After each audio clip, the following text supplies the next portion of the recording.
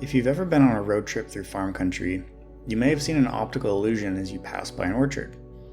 If your eye level is below the canopy, if the trees don't have much foliage, or if there are only vertical stakes placed to support saplings, you can see all the way through the grid. If you're moving fast enough, it's kind of like looking at a stop-motion animation of different lanes of trees. You can also see smaller lanes at different angles. The largest one seems to be at 45 degrees, and then at around 30 degrees and 60 degrees. When the field is large enough and the other conditions are just right, you can see dozens of lanes like this.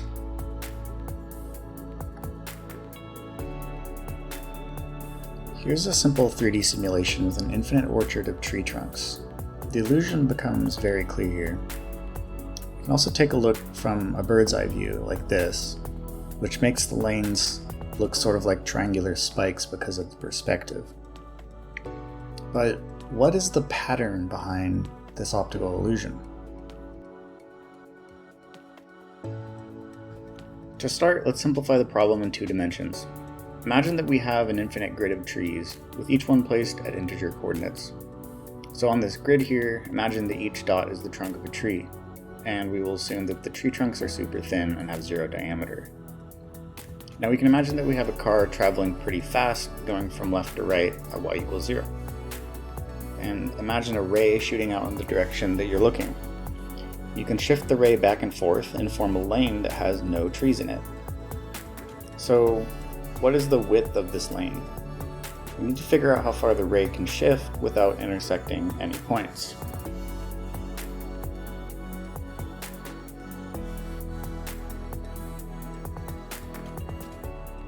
Another way to look at this is that we want to find the smallest non-zero fractional part of y when x is at an integer coordinate. And we can represent that here by imagining that the ray is wrapping around on a unit grid like this. So every time x reaches an integer coordinate, the fractional part increases by a divided by b, and then we can take the remainder mod 1.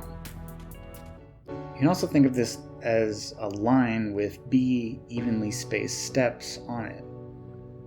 Increasing x by 1 is just like taking a steps forward on the line, and then wrapping around if necessary.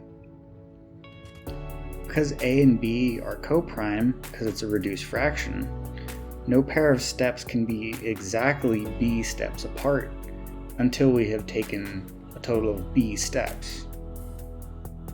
This means that we have to fit b minus 1 steps into b minus 1 steps.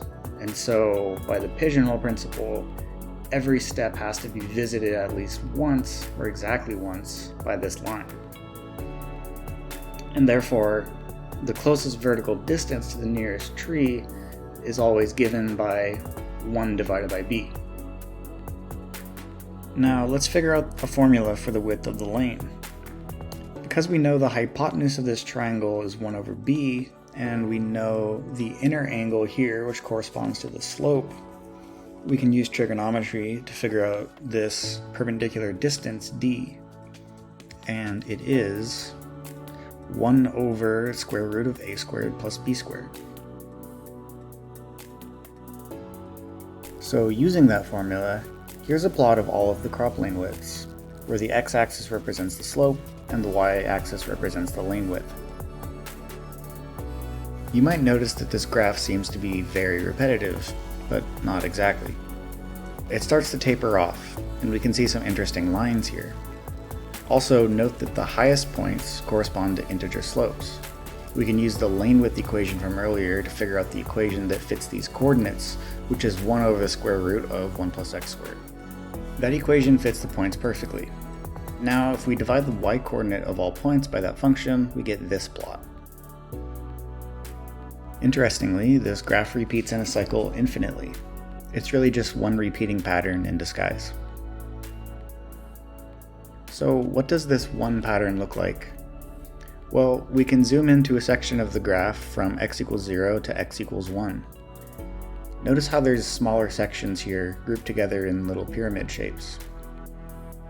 We can see lots of repeating patterns. We can see Lots of repeating shapes and plenty of detail here, but is this actually a fractal? Well, let's go ahead and zoom into the original plot in order to find out.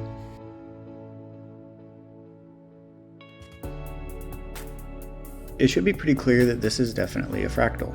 We can keep zooming in forever and new detail emerges. Now, although the definition of a fractal doesn't require self-similarity, this structure is definitely self-similar. We can see the same pyramid shapes repeating at every scale.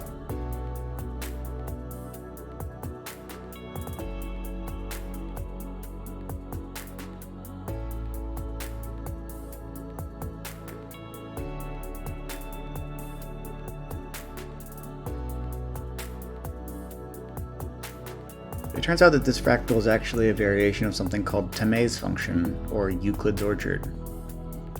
That's because it's the exact pattern that you see if you stand in the corner of an orchard and look diagonally.